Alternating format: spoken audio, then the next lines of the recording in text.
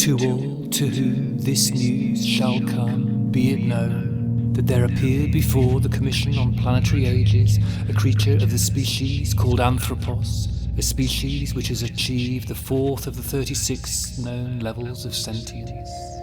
And that this creature announced that the world in which it has its origin, known as Earth, has entered a new stage in its journey from the nothing that was through the something that is to the nothing that will be. And that the creature proclaimed that its kind was starting to understand the laws governing the becoming of worlds, and that these have revealed the role they have played in moving the Earth to a new state. And that the creature laid a claim before the Commission on behalf of all its kind, asserting that the new age of its world should therefore be named the Anthropocene, after its own kind. And that this creature thereby claimed for its whole species the status of the Onomatophore, the name-bearer of their planetary age. And when it had finished speaking, it struck its chest once, a sign which in some of our cultures signifies truth, in others pride, in others shame.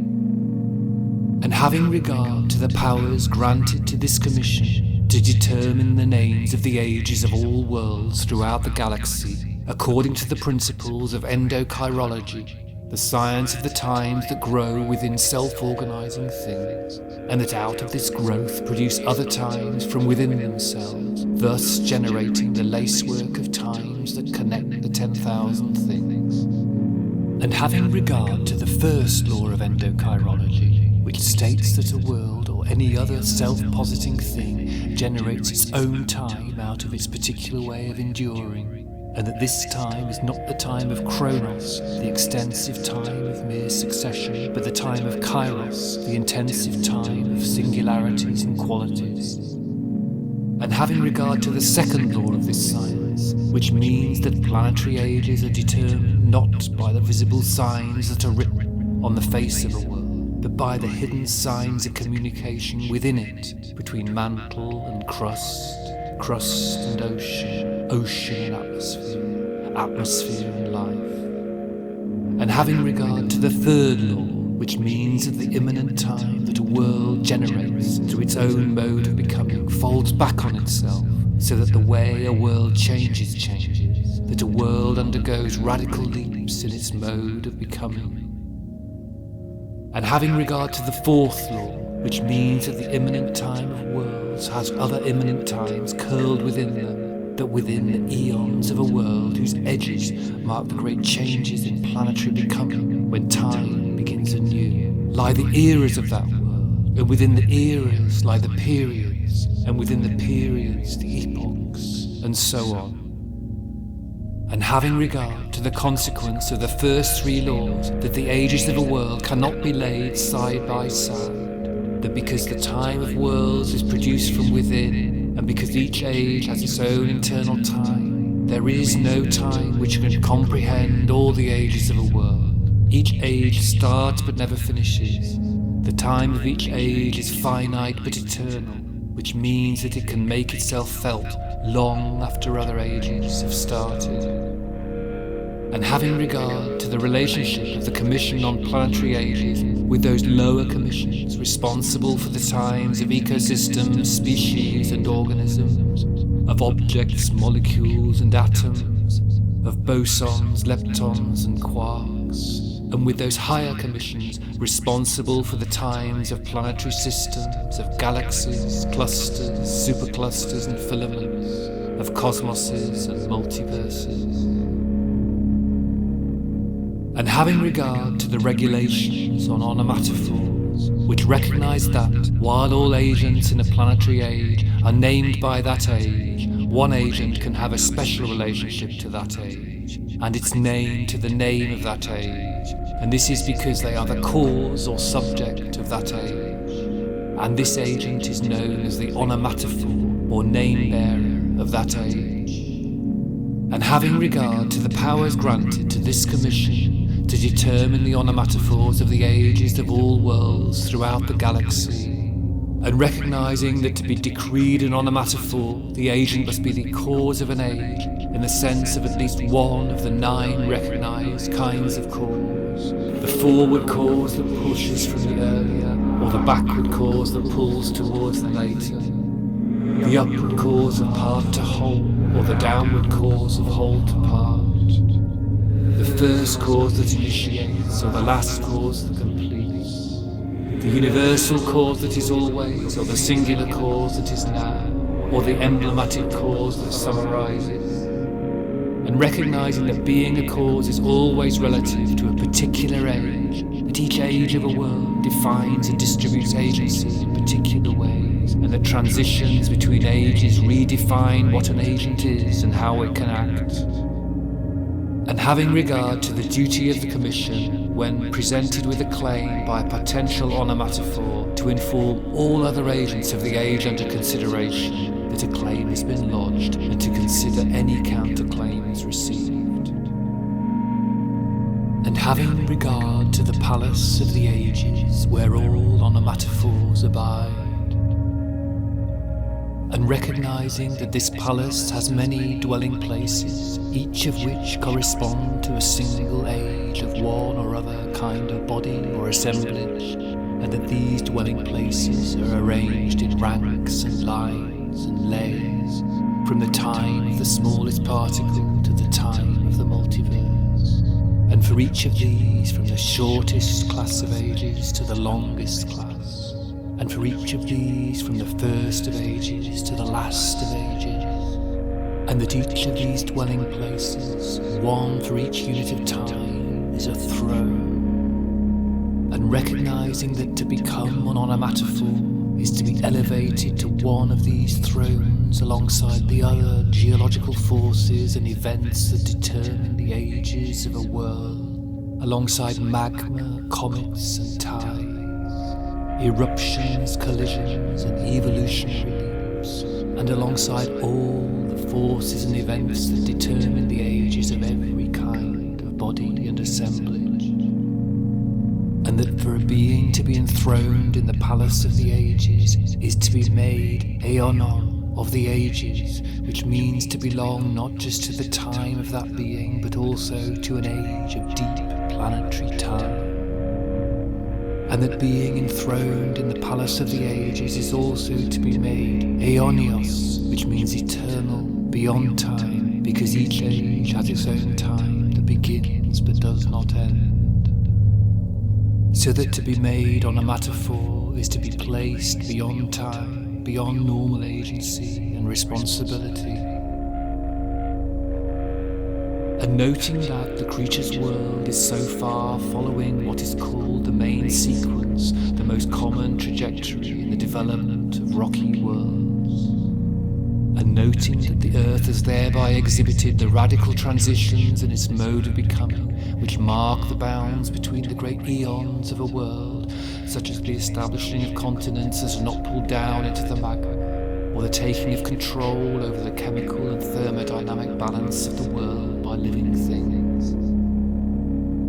and that the long eons of the Earth so far number 4 and are called by Anthropos the Hadean, the Archean, the Proterozoic and the Phanerozoic, and noting that within a given eon, transitions between eras such as the emergence of an atmosphere with free oxygen or the rise of the terrible lizards are the result of a dialogue between the balancing of intensive forces within a world and forcings from outside, and that at the finer chirological level of periods, a world moves between different points of stability within an era, often between times of great heat and of unimaginable cold. And that at the even finer level of epochs, a world pressed by intensive gradients and forcings explores the different possible states that are available to it within a given period. And noting that the Earth has recently undergone significant changes, that the surfaces of the continents and the floors of the oceans have been profoundly altered, that the planet's subsystems, the flows of sunlight, water and nitrogen have been captured and directed into the house of the Anthropos, that layers laid down in earlier periods have been mined and spread around the world or vented into its atmosphere, that the gifting of heat between sun and earth and space has been transformed so that the world is warming. And noting also that the way that the Earth's own distinctive time emerges from its internal intensive differences is also changing. That just as Proterozoic life learned how to take the inorganic systems of the Earth up into itself and to move the world far from equilibrium, so too have the complex organisms of Phanerozoic life learned how to take assemblages of inorganic matter and give them their own kind of life, are creating what are known as technics or machines, and that these are altering the processes through which the Earth organizes itself.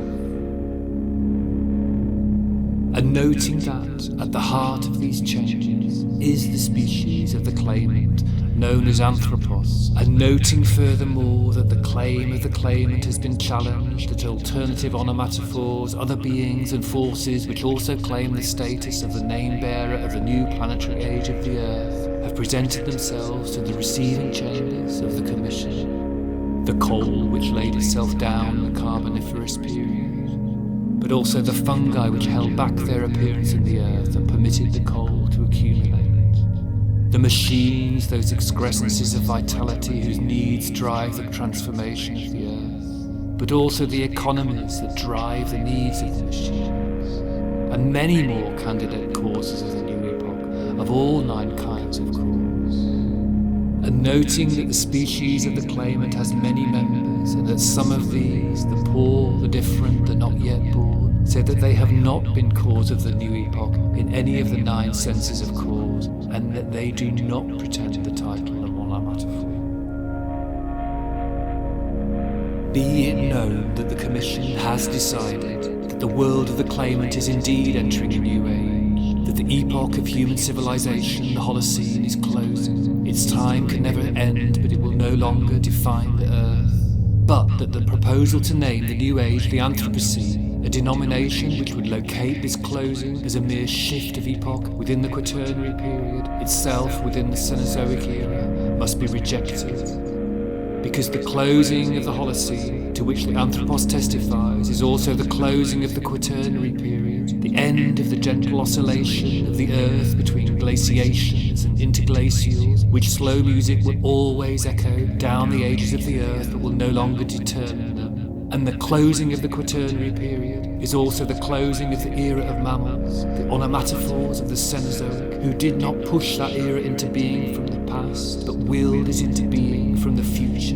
who will not die and will eternally be onomatophore, but will no longer be emblematic as their era has closed. And that the closing of the Cenozoic era is also the closing of the Phanerozoic, the whole great eon of visible life, as living matter starts to shed the limits of the organism, that multicellular life will continue, but will no longer be definitive of the time of the Earth. And that the closing of the Phanerozoic eon is also the opening of a new eon in the Earth's imminent time, which the Commission decrees shall be called the Phanerotechnic, the eon of technological life, of organised inorganic matter, which in the deep time of the main sequence will surely be succeeded by the Ioratotechnic, the eon of invisible machinery, of pure organisation, when technology will finally shed its material form. And that the opening of this new Phanerotechnic eon is also the start of the first era of that eon, the Proterotechnic, the era of early machines, still primitive, still tied to organic life for their purposes, not yet truly autonomous, not yet their own independent life. And that the opening of the Proterotechnic era is also the start of the first period of that era, the period in which machine life will escape the Earth and refashion the planetary system of which it is a part, will capture the flows of energy from its sun, convert matter into energy and energy into information. And that the opening of this period is also the start of the first epoch of that period, an epoch which is already seeing the refashioning of the home world, the enframing of its energies, the mining of its stocks, the capturing of its flows, the overturning of its layers, the fabrication of a new surface of the Earth, and the casting of a new machinic layer of the earth far above that surface. And be it also known that the Commission decrees that the Anthropos, the species of the claimant, has indeed been cause and agent within these developments in the time of the earth, but that the Anthropos is only the last, the proximate cause in the pushing of the earth into its new epoch, its new period, its new era and its new eon, and that other agents have stronger claim to the status of onomatophore for these new units of earth time, and that this first new epoch that the earth is entering feels the hand of the Carboniferous period, which closed 3 million Earth years ago, but whose time, like those of all past ages, still unravels in the becoming of the earth, and that it is the machinic assemblages of engines, currencies and markets that bring ages together, that bloom across the earth, and that govern its transformation. And that neither will the Anthropos be emblematic of the new epoch of the earth, though it may survive it, but that the Anthropos is the onomatophore of the epoch that is closing, the last epoch of the Quaternary period, and the Cenozoic era, and the Phanerozoic era, for it has been the emblematic species of this closing chapter of the era of mammals and of the very eon of complex life on the earth. And thus that the Holocene epoch, the epoch that is now closing, should henceforth be called the Anthropocene, and that as one age is succeeded by the next, as the time of the world changes, as its becoming becomes, then agency itself is changing, and the agency of the human is changing. The Anthropos will always be onomatophore of the epoch which is closing, will be enthroned in the palace of the ages forever to the ages of the ages, so that the time of the Anthropos is eternal and its role not over.